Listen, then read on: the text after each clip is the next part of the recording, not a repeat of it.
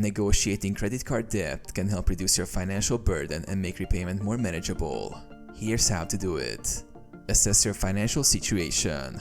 Before negotiating, review your income, expenses, and current debt.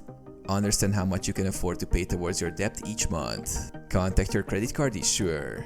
Call the customer service number on the back of your card and explain your financial situation. Be honest about your challenges and ask for help. Request specific adjustments. Lower interest rates. Request a reduction in your APR, which will lower your monthly payments. Debt settlement. If you're behind on payments, ask if they would accept a settlement for less than the full balance. Payment plan. Ask for a temporary hardship plan, which may reduce your payments for a set period. Consider debt consolidation. If you have multiple credit cards, you may ask the issuer about transferring your balance to a new card with lower interest rates or consolidating your debts into a single loan.